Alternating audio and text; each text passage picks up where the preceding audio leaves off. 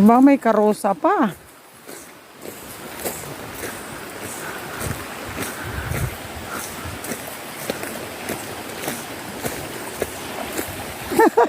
Ang saya.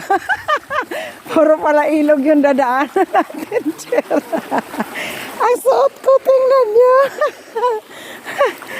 Okay. Ay, kasarap dito maligo at maglaba.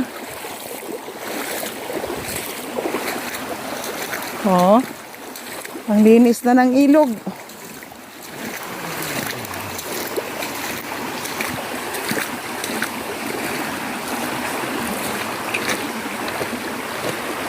Pakalainin mo ang may na nga. Ha?